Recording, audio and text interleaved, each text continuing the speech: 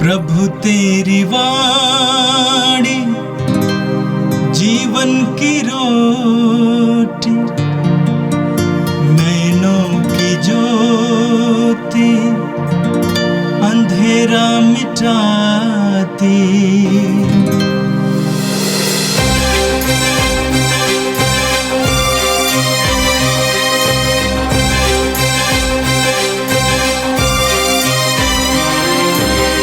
प्रभु तेरी वाणी जीवन की रोटी, नैनों की ज्योति अंधेरा मिटाती।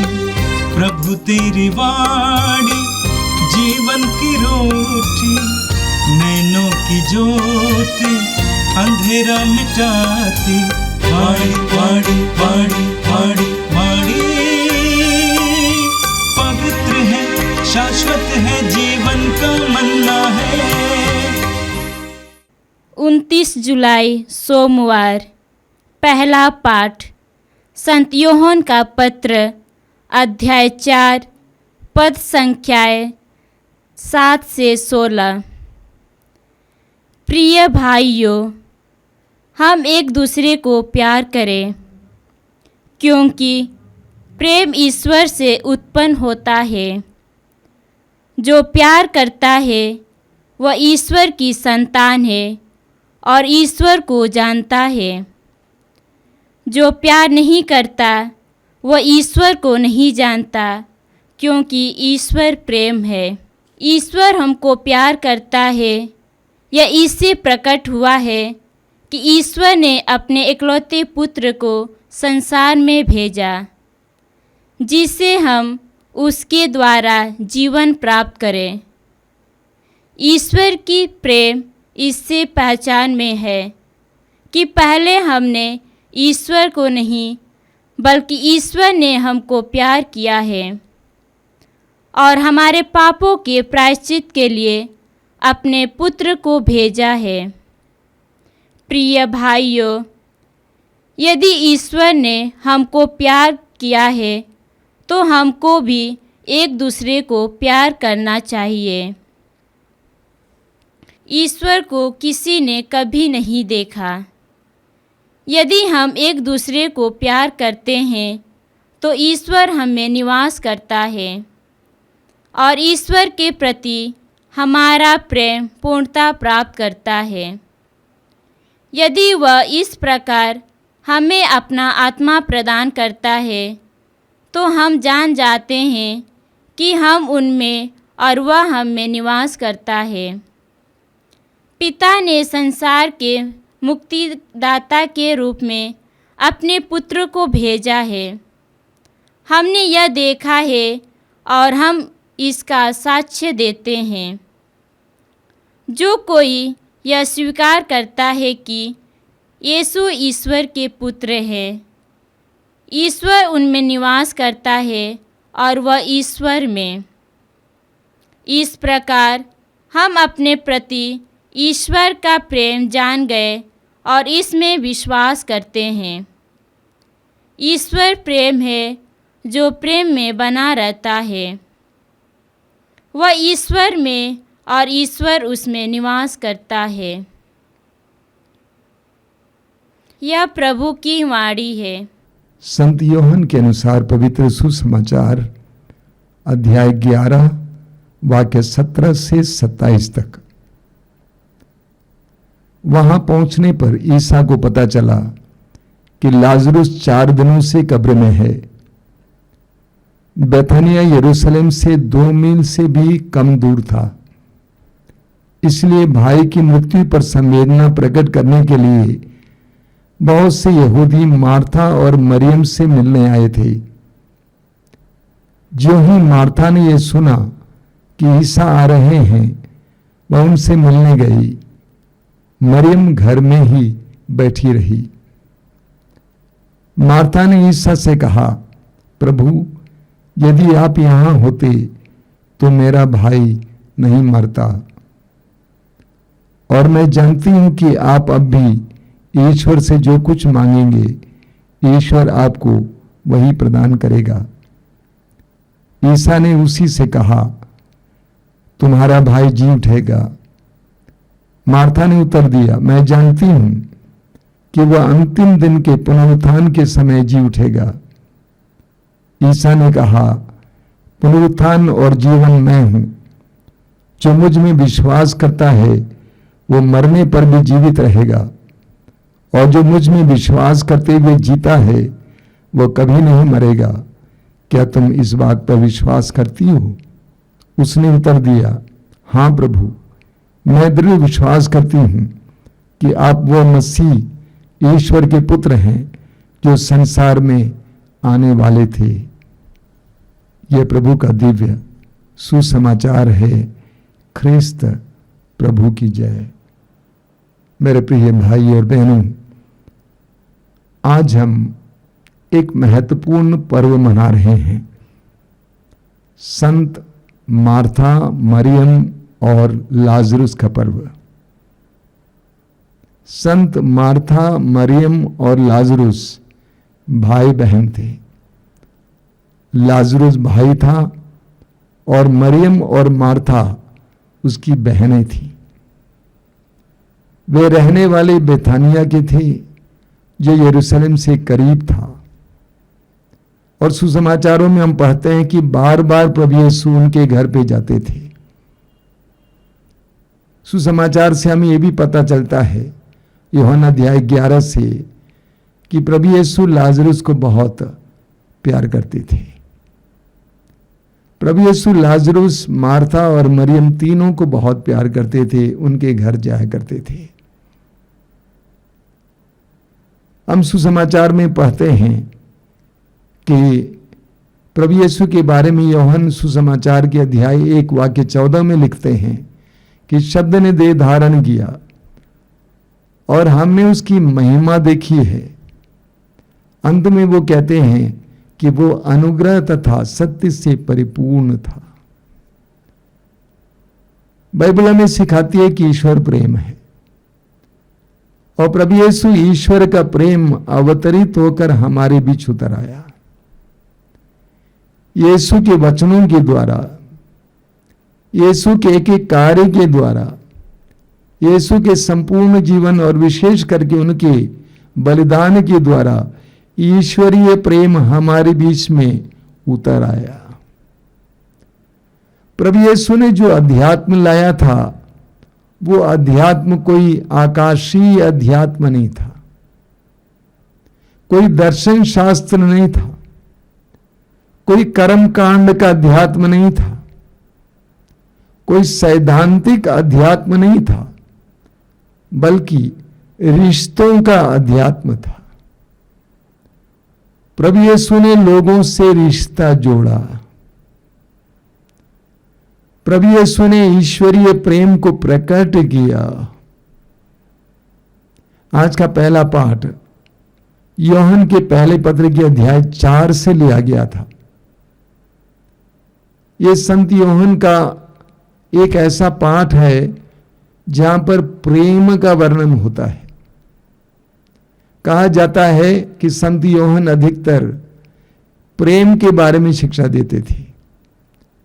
तो उनके शिष्य पूछा करते थे कि गुरुवर, आप क्यों प्रेम के बारे में ही शिक्षा देते हैं? तो वे कहा करते थे, अगर प्रेम है तो सब कुछ है। यही कारण है कि मार्कुस के सुसमाचार के अध्याय 12 वाक्य 29 से 31 में हम पढ़ते हैं, एक शास्त्री यीशु के पास आया और यीशु से पूछा कि सबसे बड़ा नियम क्या है? तो प्रभु ने कहा कि सबसे बड़ा नियम यह है कि अपने प्रभु ईश्वर को सारे हृदय से, सारी बुद्धि से, सारे मन से, सारी शक्ति और सारी आत्मा से प्यार करो, और दूसरा नियम यह है कि अपने पड़ोसी को अपने समान प्यार करो। प्रभु यीशु ने ईश्वर के द्वारा दिए गए सारे नियमों का निचोड़ प्रेम में दिया। सारे नियमों का निचोड़ प्रेम है, और यीशु ने वो प्रेम दिखाया। जब लाजरुस गंभीर रूप से बीमार पड़ा हुआ था, उसकी बहनों ने यह संदेश प्रभु को भेजा, जिसको आप प्यार करते थे वो बीमार पड़ा हुआ है। यीशु उन सबको बहुत प्यार करते थे। आज के पाठ में आपने सुना, यूहन्ना कहते हैं, प्रिय भाइयों, हम एक दूसरे को प्यार करें, क्योंकि प्रेम ईश्वर से उत्पन्न होता है। जो प्यार करता है वह ईश्वर की संतान है और ईश्वर को जानता है। जो प्यार नहीं करता वह ईश्वर को नहीं जानता, क्योंकि ईश्वर प्रेम है। यूहन्ना कहते हैं कि जो प्यार करता है वो ईश्वर को जानता है, और जो प्यार नहीं करता वो ईश्वर को नहीं जानता है। बाइबल में जानने का अर्थ बौद्धिक ज्ञान नहीं है, बल्कि अनुभवी ज्ञान। यानी यूहन्ना कहते हैं कि ईश्वर को अनुभव करने के लिए एक अनिवार्य बात है प्रेम करना। जो दूसरों को प्रेम नहीं कर सकता है वो ईश्वर को प्यार नहीं कर सकता, ईश्वर को अनुभव नहीं कर सकता है। आगे यूहन्ना कहते हैं ईश्वर के प्रेम की पहचान इसमें है कि पहले हमने ईश्वर को नहीं, बल्कि ईश्वर ने हमको प्यार किया और हमारे पापों के प्रायश्चित के लिए अपने पुत्र को भेजा। प्रेम का उद्गम ईश्वर से है। जो जितना ईश्वर से जुड़ता है वो ईश्वर के प्रेम से भर जाता है। जो ईश्वर से दूर है वो प्रेम रहित हो जाता है। ईश्वर ही प्रेम का उद्गम है, उद्भव है। हम जितना प्रभु के साथ जुड़ जाते हैं, हमारे हृदयों में ईश्वर का प्रेम उमड़ता है। रोमियों के पत्र के अध्याय 5 वाक्य 5 में संत पौलुस कहते हैं कि पवित्र आत्मा के द्वारा ईश्वर का प्रेम हम में उमड़ता है। जितना हम ईश्वर को जानेंगे, ईश्वर के करीब जाएंगे, उतना हमें ईश्वरीय प्रेम का अनुभव होगा, क्योंकि ईश्वर ही प्रेम का उद्गम है। आगे यूहन्ना कहते हैं, प्रिय भाइयों, यदि ईश्वर ने हमको इतना प्यार किया तो हमको भी एक दूसरे को प्यार करना चाहिए। ईश्वर को किसी ने कभी नहीं देखा। यदि हम एक दूसरे को प्यार करते हैं तो ईश्वर हम में निवास करता है और ईश्वर के प्रति हमारा प्रेम पूर्णतः प्राप्त है। यूहन्ना कहते हैं कि हमने ईश्वर को देखा नहीं है, लेकिन ईश्वर हमारे पास आता है एक दूसरे के द्वारा। पूरी बाइबल में हम पढ़ते हैं कि ईश्वर ने मनुष्य को अपना प्रतिरूप बनाया। हर मनुष्य ईश्वर का प्रतिरूप है। हर मनुष्य में ईश्वर का प्रतिरूप है। हर मनुष्य में हम ईश्वर को देख सकते हैं। इसीलिए यदि हम दूसरों को प्रेम करते हैं तो वास्तव में हम ईश्वर को ही प्रेम करते हैं।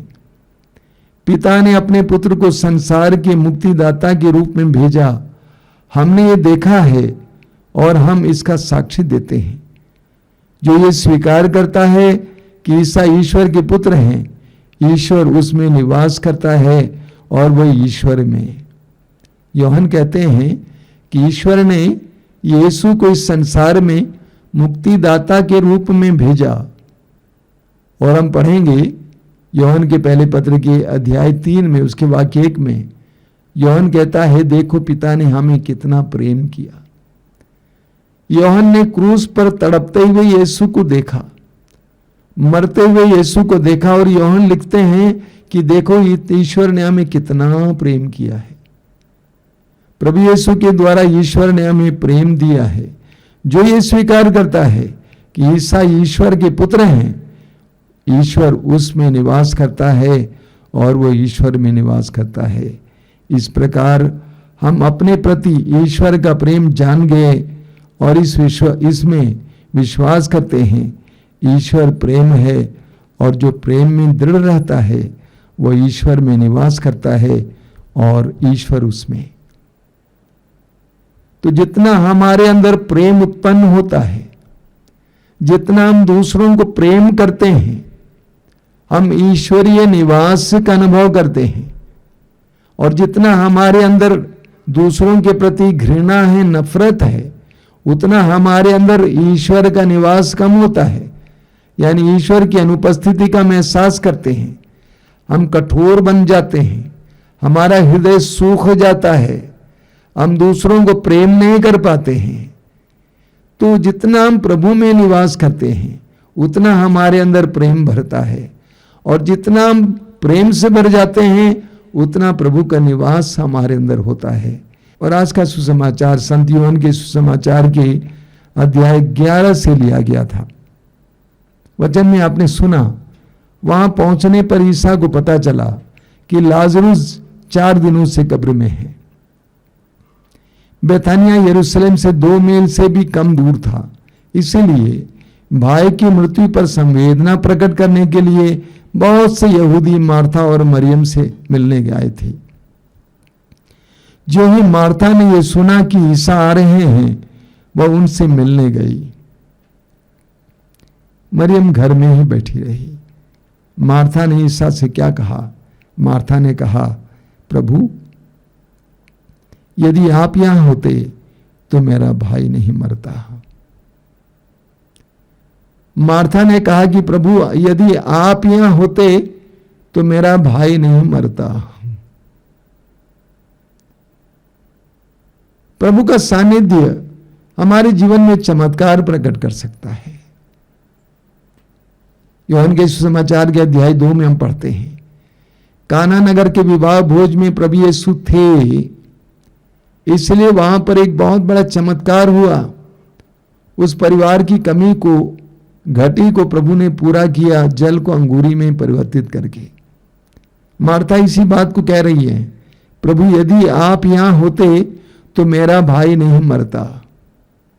एक बहुत बड़ी उद्घोषणा है, हमारे लिए भी एक बहुत सुंदर सबक है कि अगर प्रभु हमारे साथ होते हैं तो इस प्रकार घटनाएं नहीं होती हैं। आगे मार्था ने कहा, और मैं जानती हूं कि आप अब भी ईश्वर से जो कुछ मांगेंगे ईश्वर आपको वही प्रदान करेगा। बहुत सुंदर अभिव्यक्ति है विश्वास की। ईसा ने उससे कहा, तुम्हारा भाई जी उठेगा। मार्था ने उत्तर दिया, मैं जानती हूं कि वह अंतिम दिन के पुनरुत्थान के समय जी उठेगा। उस समय प्रभु ने एक बात, बहुत सुंदर बात कही। वो बात क्या है? ईसा ने कहा, पुनरुत्थान और जीवन मैं हूं। पुनरुत्थान और जीवन मैं हूं। जो मुझ में विश्वास करता है वो मरने पर भी जीवित रहेगा, और जो मुझ में विश्वास करते हुए जीता है वो कभी नहीं मरेगा। प्रभु यीशु पुनरुत्थान है, प्रभु यीशु जीवन है। जो उसमें विश्वास करते हुए मरता है वो सदा जीवित रहेगा, और जो उसमें विश्वास करते हुए जीता है वो कभी नहीं मरेगा। शरीर मरेगा लेकिन हम सदा के लिए जीवित रहेंगे। क्या तुम इस बात पर विश्वास करती हो? उसने उत्तर दिया, हाँ प्रभु, मैं दृढ़ विश्वास करती हूं कि आप मसीह हैं, ईश्वर के पुत्र हैं, जो संसार में आने वाले थे। आगे सुसमाचार में पढ़ेंगे कि प्रभु ने वहां एक बहुत बड़ा चमत्कार दिखाया, और वो चमत्कार क्या है? प्रभु ने अपने मित्र लाजरुस को मरने के 4थे दिन जिंदा किया। प्रभु ने अपने मित्र को जिंदा किया, लोगों के लिए एक महान चिन्ह प्रदान किया इस बात के लिए कि मैं पुनरुत्थान हूं, मैं जीवन हूं। जो मुझ में विश्वास करता है वो मरने पर भी जीवित रहेगा, और जो मुझ में विश्वास करते हुए जीता है वो कभी नहीं मरेगा। आइए हम प्रार्थना करें। इस सुंदर पर्व के दिन प्रार्थना करते हैं, प्रभु यीशु, मार्था, मरियम और लाजरुस तुझसे प्यार करते थे, और तू भी उनको प्यार करता था। इसलिए तूने उस परिवार में एक बहुत बड़ा चमत्कार दिखाया। उनके प्रेम के प्रतिफल के रूप में एक बहुत महान चमत्कार दिखाया। हमें भी तुझसे जुड़े रहने के लिए, तुझसे प्यार करने के लिए, तेरे सानिध्य को चाहने के लिए कृपा दीजिए। ये प्रभु यीशु इन वचनों को सुनने वाले मेरे भाई बहनों को आशीर्वाद देना। आज का संपूर्ण दिन उनके लिए कृपा का दिन बने। आमीन। प्रभु तेरी वाणी जीवन की रोटी, नैनों की ज्योति अंधेरा मिटाती। वाणी वाणी वाणी वाणी वाणी